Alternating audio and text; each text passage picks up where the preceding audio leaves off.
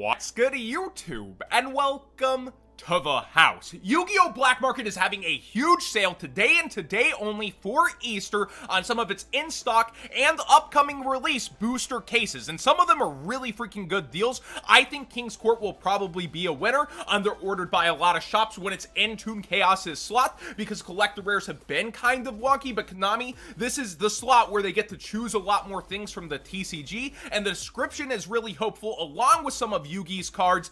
I think that it should be good, but that's still speculation. At this price, though, you are getting it for around $52.50, a booster box. So if you're splitting with friends or going in, today is probably the day to do it. Lightning Overdrive, also, if you already know you're going in at $630 a case, is extremely awesome, and you are supporting the channel when making these purchases. Code WhatsGood5 does not stack on top, but if this doesn't appear on an item in the cart, you can use code WhatsGood5. Now, I love that I get to say whatever I want no matter who my sponsor is.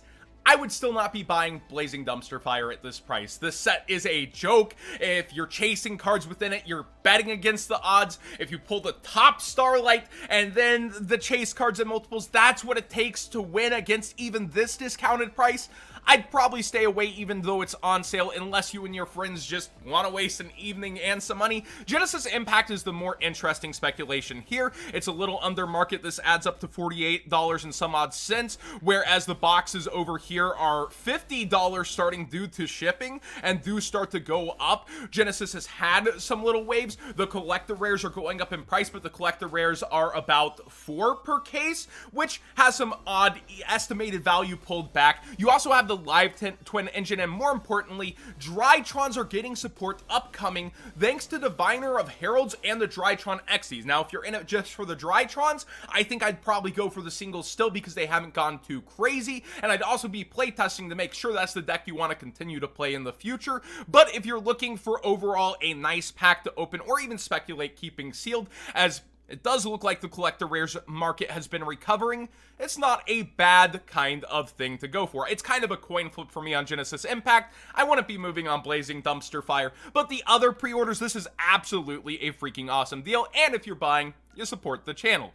Ghost from the Past has sellers on Market, John. Oh my gosh, the prices are up. All right, I promised I'm going to be trying to be nicer on Market Watch to newbies and people researching the market and questions, so let's use some common sense and slow it down. There's one seller on Market for Ghosts from the Past. They are completely dictating any price on here because they can name it at whatever they want. Is $20 evenly matched a good deal? Not really, versus the evenly matched is already out there. Is Dragunity being high priced a realistic speculation? Probably, but this set's going to be so far ripped open as people chase after the ghost rares and dump every other card that even the Dragunities should see some coolant in price, but they will probably be the top chased new cards within the set. With Ghosts from the Past, I want to make something clear. I'm very harsh on the set because Konami's using the lottery card system in order to sell the set. I do think the sealed long-term will be successful. I think at retail it will blow off of shelves and will be going, gone. It'll be kind of interesting to see if Konami does an unlimited wave, but that first edition stamp for Ghost Rares is really wanted when it comes to Ghost Rares. But with the lottery card system, you can see the effect where sealed will go up. Does that make it a good product for the players on average, though? Taking structured X away from the player base and spreading them out in product, and then taking away reprints from structured X and the top reprint of solid value being $30? That does not make for a good one, such as shorting Invocation again for the second time. Prize card short makes a little bit of sense, and an okay engine in here still doesn't make for an overall good product with Battles of Legend, yet you see Moist Critical actually boosting this over the $2,000 mark solo, then other people following suit going in chasing 10,000 Dragon going down in price over time, and then Utopia actually bolstering. Hey, I called that one a while ago, didn't I? But all points aside, having a chase lottery system doesn't make for a good average product for the players. It makes a hype beast product where people chase after the unrealistic top end when you want to be opening the product on average and have a realistic chance for something that's decent, like a Lightning Storm, a Access Code Talker, a Triple Tactic Talent, or a Forbidden Droplet, which is why people are so hyped on the Megatins right now. I think this will do well sealed over time. I don't think it's going to be the most fun experience to open, and vendors aren't necessarily taking that big fat L that a lot of people hoped when they said it feels like a win for the common duelist. They're still raking in their money and charging double MSRP on this set, and it's kind of sad. Now, speaking of Dragunity's missing reprints in the set as well, despite getting their new cards, we see a lot of prices spiking. I put this one off because it just feels bad, man. We see Gay Durg up here towards 60. We see Barcha up towards 50 for the secret ridiculous dual terminal up as well. All sorts of high-end Dragunities up. Ignore these prices again. Today, you'll see more realistic prices when pre-sellers come up with competition, such as YGO Daily, YBM, other sellers, Tier 0. You want to wait to see the big boys in the game before you start thinking about the prices realistically like that. And then tons of other Dragunities, like even Phalanx going up. Divine Lance, a common that I actually just have a ton of. I'm really tempted to enter the market to sell them off. It's up towards $4 and currently being used in Dragon Link. Romulus as well. I didn't think about Romulus. One second. Romulus won't be getting a reprint, then will he? And he only has the upgrade from the Megatins, and this was $6 before the upgrade. This is something you might want to consider getting sooner than later, using that TCG player link in the description down below, costing you nothing extra to support the channel directly for the cards you'd already be buying, because it's already seeing play in Dragon Link, and will probably see a lot further play once Ghost from the Past is out. Cyber Dragon structure hype is among us, and we see that hers super rares and ultra rares are both bought out to a ridiculous proportion. Rev system is going as well. The super rares almost bolstering to the price of the secrets and actually lower quantity, so I might think about getting the secret rares, but they're going up pretty fast. You better do it sooner than later if you are thinking about it. These are cards that could just get reprinted within the structure deck though, so you're more so looking at having the holographic version, which in my opinion means you go for the higher rarity for less loss in price in case it does get reprinted, and even if it does with the hype from the set, it could go even further depending. Now it's on a fresh buyout right now for hers. It's getting bought out right here, so prices could fall back before we even see the structure deck. Do keep that in mind as well. Cyber Dragon dual terminals getting another buyout here. You know how I feel about dual terminal buyouts. If you watch the channel, DT1 at one point getting just clearanced by Konami, tons of quantities of it out there. It does dry up over time, but that's why you see huge amounts relisted randomly on some cards, because somebody finally sees a price, says, I'm gonna list my bucketfuls, and that's what happens. So that's why I don't necessarily like this, but people have sold out of Cyber Dragon time and time again. It's hard to hold on to where it falls back out at. We'll have to wait and see. This is definitely a fan favorite and a really cool looking version of the card. I've been citing Droll Unlock more and more in games on Dueling Book, I feel, if you watch the streams, and the ultimate rare has been a little bit baby bumped, bought out to the point of $110 and quickly $120, and then it disappears into the 150s. I think with Droll, it is format dependent, but we talk about how investing in format dependent hand traps does pay off a lot of the time, especially highest rarity, and here you see Droll kind of cycling back into a lot of people's playbooks right now. Speaking of cycling into playbooks, Lightning Storm is bolstering in price despite Ignition Assault being on the set description for the Megatins, and you know this is the main chase card for it. I think Lightning Storm's really due for a reprint in it, and you want to beat that reprint announcement versus having extras.